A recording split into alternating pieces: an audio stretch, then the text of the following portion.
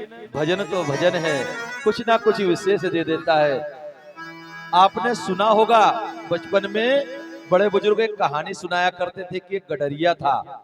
वो गडरिया क्या करता था कि जंगल के पास जो खेत थे उनके पास में जाकर के बकरियों को चराया करता था और चराता और आवाज लगा देता झाड़ पे खड़े होके, अरे शेर आ गया, शेर आ गया, शेर आ गया। कुछ लोग इकट्ठे होकर के भागते और जल्दी से लकड़ी लाठी भाले लेकर के पहुंचते। क्या हुआ, उसने लोगों को यूं ही कई बार बार बार बना करके लोगों से विश्वास हटा लिया। और एक दिन क्या हुआ, सच्ची में शेर आया। तो ये कहानी दो रूपों में है। एक रूप तो ये है कि यदि हम बार बार झूठ बोलते तो एक दिन वो सच्ची हो जाता है, ठीक। और दूसरा रूप ये है कि अगर हम झूठ बोल के किसी को मूर्ख बनाते हैं तो वो मूर्ख बनना छोड़ देता है। लेकिन यदि हम भगवान से ये बार बार बोले कि मेरा आपकी कृपा से सब काम हो रहा है, तो एक दिन वो झूठ भी सही हो जाएगा। तो आपको यही कहना है, कोई आपसे पूछे क्या हाल चाल है तो आप बोलो बहुत बढ़िया, भगवान की परम कृपा है। एक दिन वो कृपा आपके ऊपर आ ही जाएगी।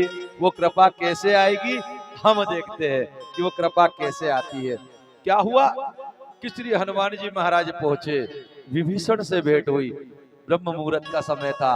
राम राम तेहि सुमिरन कीना, हृदय हरस कपि सज्जन चीना। अब तो विभीषण के मन में विचार आया कि ब्रह्म मुहूर्त है, भगवान का भजन कर ले।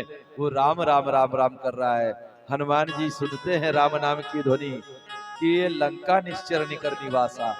अरे लंका में कौन राम नाम ले रहा है, चलो मैं परिचय करूंगा। साधु ते होए ना कारज हानि। साधु जनों के साथ परिचय करने से कभी कार्य में हानि नहीं होती। ऐसा सोचकर श्री हनुमान जी महाराज कहाँ चले, विभीषण के घर की ओर। और जब विभीषण के घर की ओर पहुंचे तो क्या देखते हैं कि वो राम नाम ले रहा है। उसके घर के ऊपर धनुष और बाण का चिन्ह अंकित है, धनुष बाण का चिन्ह है। और क्या लिखा है, राम राम। आजकल लिखा रहता है कि आप कैमरे की निगरानी में हैं और किससे सावधान हो जाए। देखो लंका जैसी जगह में भगवान का भक्त रह रहा था तो वहां पर भी धनुष बाण उसके घर पे बने हुए हैं। नव तुलसी का वृंद तहा, देख के हरस कबीराई।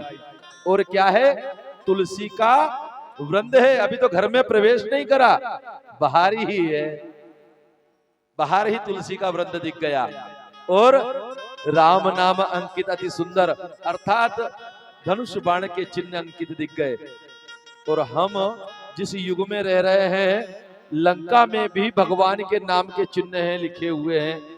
लेकिन हम जहां रह रहे हैं तो लिखा रहता है सावधान, आप कैमरे की निगरानी में हैं, सावधान, यहां फलाना फलाना जानवर रहता है। तो हमको विचार करना पड़ेगा कि हम भगवान के कितने पास पहुंच गए हैं या किसके कितने पास पहुंच गए हैं। अब विभीषण से भेंट हुई। विभीषण से जब भेंट हुई तो दोनों जन राम नाम ले रहे हैं। और विभीषण कहते हैं कि हे हनुमान जी, क्या प्रभु मुझे कभी अपनी शरण ले लेंगे। तो हनुमान जी कहते हैं कि प्रात ले ही जो नाम हमारा, तेज न ताही ना मिले आहारा। हम तो बानर हैं, कोई हमारा मुंह देख ले, क्या नाम भी ले लेना तो भी उसको भोजन नहीं मिले। जब मेरे से अधम के ऊपर भगवान ने कृपा कर दी है तो फिर तुम तो भगवान के भक्त हो, तुम पर कृपा क्यों नहीं करेंगे। दोनों ने भगवान का गुणगान किया।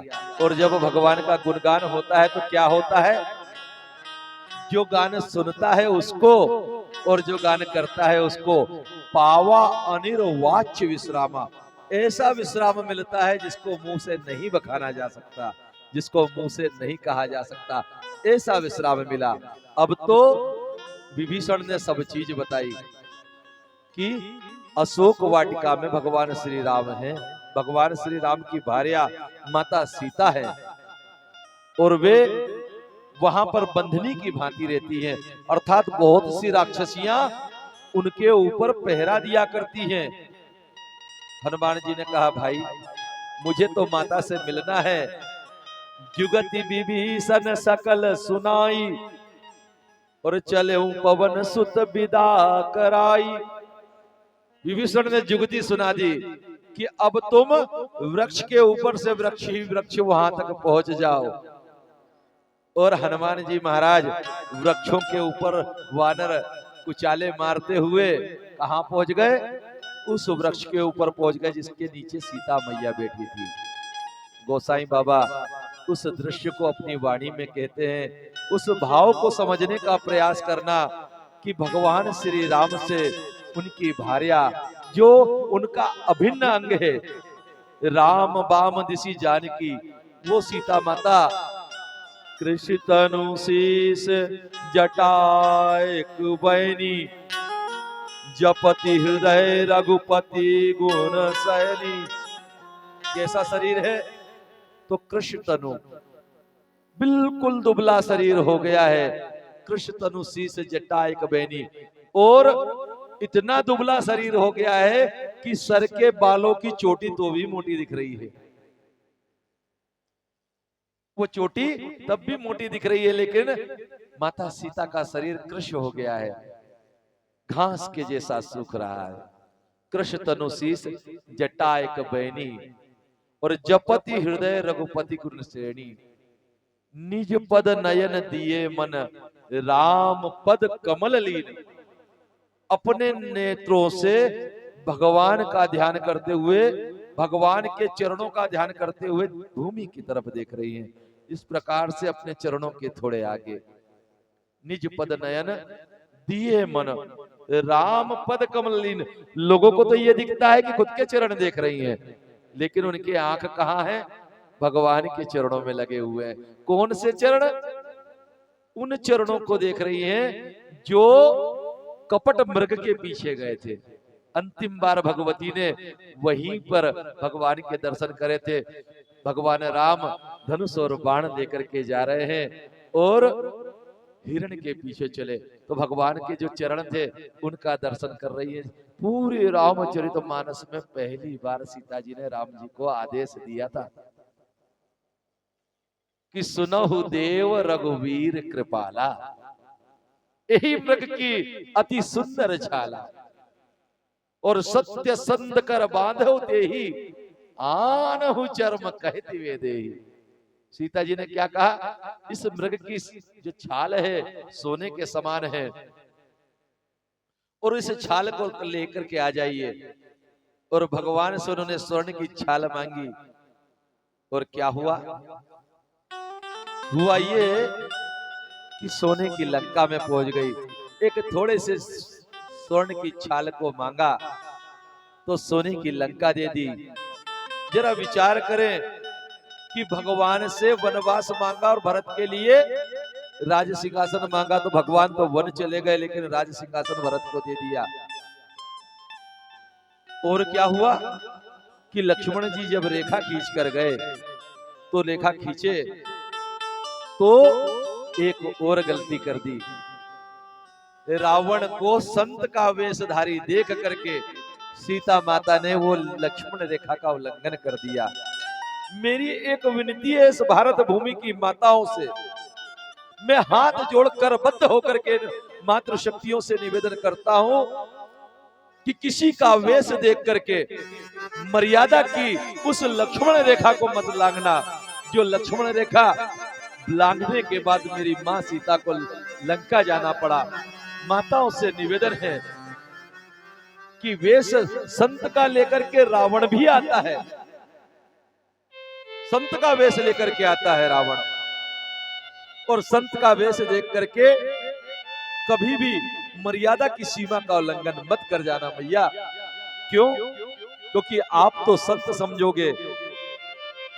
सीता जी का एक भजन की एक कड़ी है, उसमें सीता माता विचार करती हुई कहती है, मैं तो समझी हे कोई जोगी भिक्षा दो मां, प्रेम से बोला पापी बदल के आया चोला।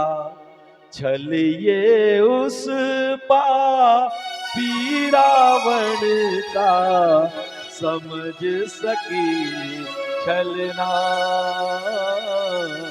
समझ सकी छलना। जब उल्लंघन हो जाता है तो भगवती को भी स्वर्ण की लंका में जाना पड़ता है।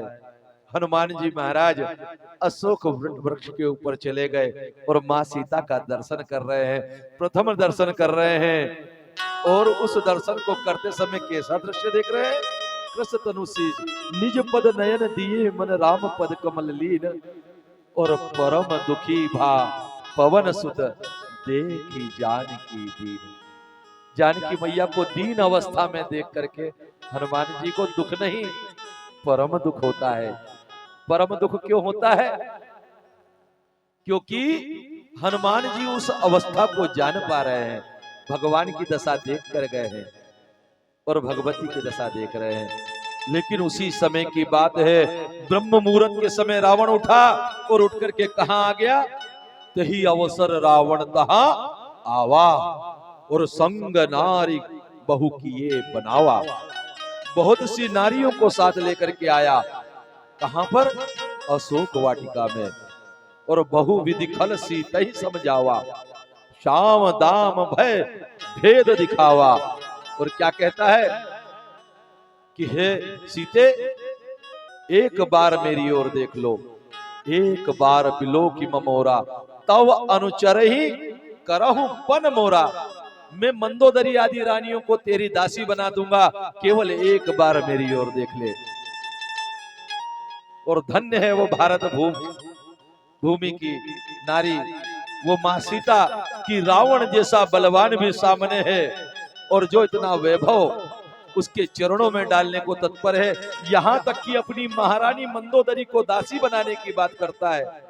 लेकिन सीता जी वो महारानी का स्वाभिमान भी रखती है और रावण की तरफ दृष्टि उठाकर नहीं देखती। और तो और तृण धरु ओट कहते वे देही, एक तिनका ले लेती है और उसकी ओट धर करके क्या कहती है? तृण धरि ओट कहत वे देही,